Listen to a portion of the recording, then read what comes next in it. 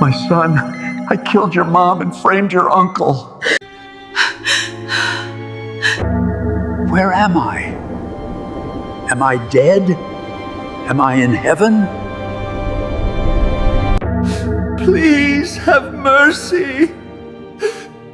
Why have you forsaken me? Well, Daniel Thunderman, 54 years, and you spent how many of them serving me, gambling, lying, killing, cheating your own brother out of his inheritance, and also framing him of your wife murder, and that prayer you whispered in the hospital 12 seconds before your heart gave out. You think that counts? I meant it. I swear I meant every word. You meant it. He meant it, Angel.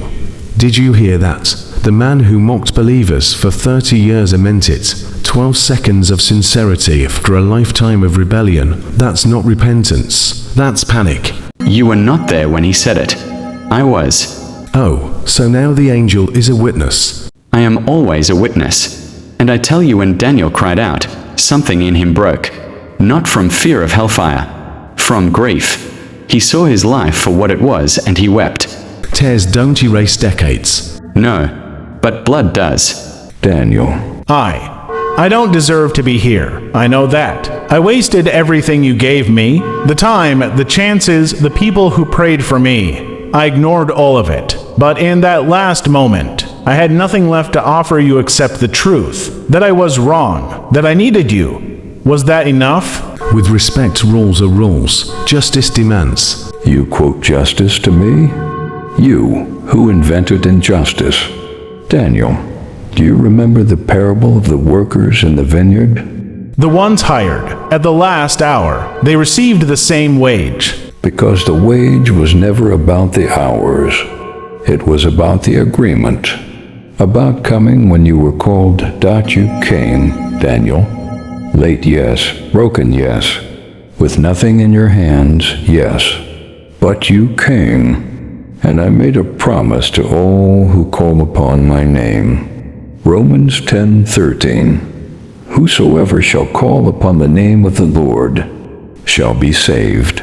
I do not put an asterisk after whosoever. But the years, the sins, the people he hurt, were covered at a hill called Calvary before Daniel was even born. Now, Daniel, I am not surprised by your last breath. I prepared for it. Why, after everything? Because that is what fathers do.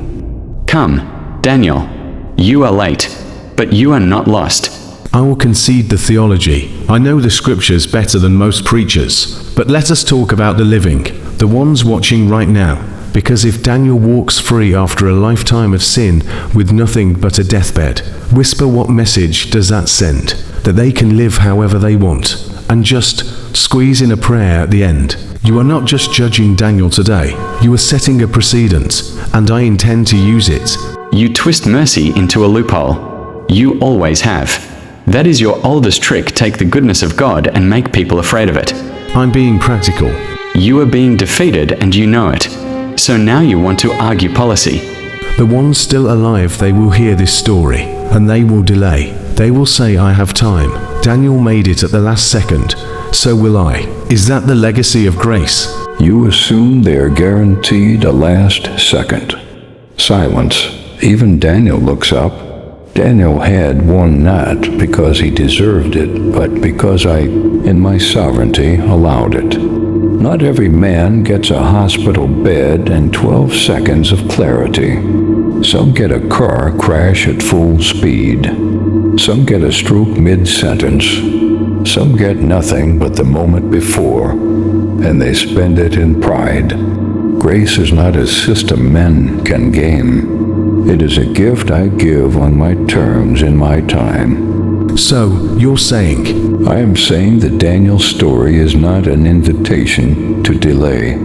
It is a warning that you may not get what he got, and a mercy that some do. I know what you're thinking, because I thought it too. I'll come to God later, when I've lived a little, when I've had my fun, when the time is right. There was a man in the Bible, a thief, who met Jesus on a cross, his last moment. And Jesus said, "Today you will be with me in paradise." I held onto that story my whole life as an excuse. What I never asked was how many thieves don't get a cross next to Jesus. How many die alone in a field, mid-crime, mid-thought, mid-lie? I was lucky. I know that now. The mercy that caught me at the last second, it was real, but it was not guaranteed. And if you are watching this breathing, heart still beating, you have something I no longer have. Time.